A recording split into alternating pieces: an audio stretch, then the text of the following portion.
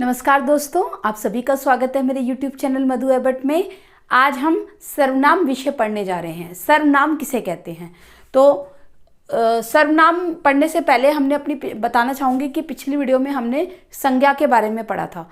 तो उदाहरण के तौर पर जैसे राधिका बहुत सुंदर है, राधिका बहुत बुद्धिमान है, राधिका की वाणी में मिठास है, राधिका सबका मन जीत लेती है। तो जब हम वाक्य में बार बार राधिका राधिका राधिका शब्द का प्रयोग कर रहे हैं तो थोड़ा सा अजीब लग रहा है, लेकिन सर्वनाम जो है वो वाक्य में सुंदरता लाते हैं। देखते हैं कैसे। उदाहरण के तौर पर राधिका बहुत सुंदर है, वह बहुत बुद्धिमान भी है, उसका स्वभाव शांत है, उसकी वाणी में मिठास है, इसी अच्छे स्वभाव के कारण उसने सबका मन जीत लिया है। तो आपने देखा कि राधिका की बात हो रही है, तो राधिका वह किसके बदले में आया? राधिका के बदले में। उसका किसके बदले में आया? राधिका के बदले में। उसकी शब्द किसके स्थान पर प्रयोग हो रहा है? राधिका के स्थान पर। और किसने सबका मन जीत लिया? राधिका ने। तो यहाँ पर हमने संज्ञा शब्द का एक बार प्रयोग किया और संज्ञा के स्थान पर वह, उसकी, उसका, उसने, इस तरह के शब्दों का प्रयोग किया। तो हम कह सकते हैं कि संज्ञा के स्थान पर जिन शब्दों का प्रयोग किया जाता है उन्हें हम सर्वनाम कहते हैं। तो सर्वनाम के बहुत सारे उदाहरण हो सकते हैं, जैसे हम, हमारा, आपका, वह, वे, उसे, उसने, मुझे, मेरा, अपना। तो इस तरीके के जो शब्द हैं ये संज्ञा के स्थान पर प्रयोग होते हैं, इसीलिए इनको सर्वनाम कहते हैं। तो सर्वनाम के 6 भेद होते हैं, हम बारी बारी से इसको सीखेंगे। सर्वनाम के सबसे पहले पुरुषवाचक सर्वनाम। पुरुषवाचक सर्वनाम क्या होता है हम सीखेंगे। उदाहरण के तौर पर जैसे पुरुषवाचक सर्वनाम वे सर्वनाम होता है जिसमें बोलने वाला, सुनने वाला और वह जिसके बारे में बात हो रही है, ये 3 जो लोग हैं इसमें आते हैं। तो हम कह सकते हैं कि बोलने वाला यानी कि वक्ता, और सुनने वाला यानी कि श्रोता, और जिसके बारे में बात हो रही है जो तीसरा जो है उसके बाद जिसके बारे में बात हो रही है वह। ये तीनों जो हैं पुरुषवाचक के अंतर्गत आते हैं। बारी बारी से देखते हैं कैसे। जैसे पुरुषवाचक के 3 भेद होते हैं। उत्तम पुरुष। उत्तम पुरुष में आता है मैं, हम, हमारा। जैसे मैं एक वचन हो गया, हम, हमारा बहुवचन भी इसी में ही आएगा, क्योंकि बोलने वाला जो है वो अपने बारे में, वक्ता अपने बारे में बात कर रहा है। मैं, हम, हमारा। ठीक है। इसी तरीके से मध्यम पुरुष में आएगा तुम, तुम्हारा, आपका, आप।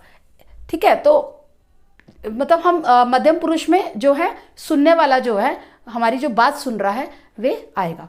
और तीसरे में अन्य पुरुष में आएगा वह, उस, उसका, उसे। तो वे बहुवचन में, एक वचन में वह और बहुवचन में वे, ये भी किस में आएंगे? ये सब अन्य पुरुष में आएंगे। तो अगर मैं कहूँ कि मैं तुमसे उसके बारे में बात कर रही हूँ, तो मैं कौन हूँ? मैं वक्ता हूँ। तुम कौन हो? तुम श्रोता हो। और वह कौन है जिसके बारे में मैं और तुम मिलकर बात कर रहे हैं?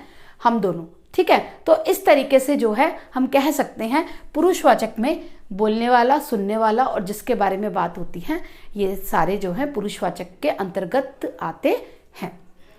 अगला है निश्चयवाचक सर्वनाम। निश्चयवाचक सर्वनाम में जो है हमें किसी वस्तु का या व्यक्ति का निश्चय होता है, हमें पक्का पता होता है कि यही वो वस्तु है, यही वो व्यक्ति है। तो उदाहरण के तौर पर यही मेरा घर है, संकेत करते हुए भी कह सकते हैं, या वैसे भी कि हम इस चीज़ के लिए निश्चित हैं। यह मेरा पेन है, यह मेरी पेंसिल है, वह उसका है। तो इस तरीके से हम कह सकते हैं कि जिस उदाहरण में कि यह मेरी किताब है, जिसमें हमें पक्का निश्चित हो कि यह किताब, वस्तु, मतलब यह वस्तु, व्यक्ति, यह मतलब मेरा है या उसका है। जिस चीज़ में हमें पक्का इरादा होता है, हम निश्चित होते हैं, वहाँ पर इसे ऐसे शब्दों से जो है निश्चित वाचक सर्वनाम जो है बतलाया जाता है, दिखाया जाता है। क्योंकि निश्चयवाचक सर्वनाम में इसे ऐसे शब्दों का प्रयोग निश्चय बताने के लिए किया जाता है कि उसे इस बात का पक्का इरादा है। अगला है अनिश्चयवाचक सर्वनाम किसे कहते हैं। अनिश्चय, अनिश्चय का मतलब है किसी वस्तु या व्यक्ति के बारे में जो है उसे अनिश्चय होता है, यानी कि उसे पक्का नहीं पता, सिर्फ वो एक अंदाज़ा लगा रहा है, अंदाजन बोल रहा है, उसे इस बारे में कुछ भी पक्का नहीं पता, वहाँ पर अनिश्चयवाचक सर्वनाम होता है। उदाहरण के तौर पर जैसे दूध में कुछ गिर गया, पानी में कुछ चला गया। तो कुछ चला गया, कुछ तो गया है, लेकिन क्या गया है हमें इस चीज़ का पक्का नहीं पता, हमें इस चीज़ का पक्का इरादा नहीं है, इसलिए यहाँ पर अनिश्चयवाचक सर्वनाम होता है। और उदाहरण के तौर पर एक और चीज़ देखते हैं, बाहर कोई खड़ा है, कोई रो रहा है।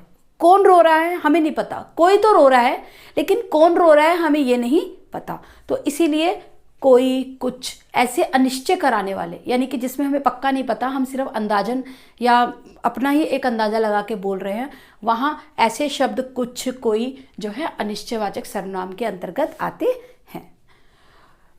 चौथे नंबर पर है प्रश्नवाचक सर्वनाम। प्रश्नवाचक सर्वनाम जैसे अंग्रेजी में भी WH फैमिली होती है, व्हाट, वेयर, है ना, ऐसे ही हिंदी में भी होता है कब, किसे, किसको, किसने। तो ऐसे शब्द जो हमें प्रश्न का आभास कराते हैं, जो ऐसे सर्वनाम शब्द जो वाक्य में प्रश्न का आभास कराते हैं, उन्हें हम प्रश्नवाचक सर्वनाम कहते हैं। तुम कब आए, कब शब्द प्रश्नवाचक सर्वनाम है, ठीक है ना।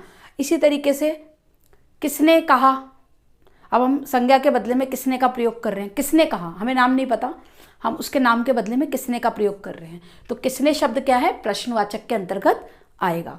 और बाहर कौन है, तो हम प्रश्न पूछते हुए इन शब्दों का प्रयोग कर रहे हैं। बाहर कौन है, हमें उस संज्ञा शब्द का, व्यक्ति का या वस्तु का नाम नहीं पता, हम उसके बदले में कौन का प्रयोग कर रहे हैं, कौन है। तो कौन शब्द, कब, किसे, किसने, किसे, ऐसे शब्द जो हैं प्रश्नवाचक सर्वनाम के अंतर्गत आते हैं। पांचवें नंबर पर है संबंधवाचक सर्वनाम। संबंधवाचक सर्वनाम वे सर्वनाम होता है जो सर्वनाम वाक्य के दूसरे शब्दों से, संज्ञा या सर्वनाम या दूसरे शब्दों से जो है संबंध जोड़ता है। वे सर्वनाम शब्द जो वाक्य के दूसरे शब्दों से संबंध जोड़ता है, उसे संबंधवाचक सर्वनाम कहते हैं। जैसे संबंधवाचक में उदाहरण के तौर पर है, जो करोगे सो होगा, जैसा करोगे वैसा भरोगे, जिसकी लाठी उसकी भैंस, जिसने ऐसा किया है उसको सज़ा मिलेगी। तो इस तरह के जो शब्द हैं, जिसकी, उसकी, मतलब अगर एक वाक्य के बिना, एक शब्द के, एक सर्वनाम शब्द के बिना दूसरा सर्वनाम शब्द जहाँ अधूरा सा लगे, जैसे जिसने ऐसा किया है, क्या, उसको सजा मिलेगी, जिसने, उसको, जो, सो, जो, वह, जिसकी, उसकी, ऐसे शब्द जो आपस में वाक्य को पूरा कर रहे हैं, तो इस तरह के शब्द जो है आपस में वाक्य में, एक दूसरे वाक्य में संबंध स्थापित कर रहे हैं, तो ऐसे शब्द जो हैं संबंधवाचक के सर्वनाम के अंतर्गत आते हैं।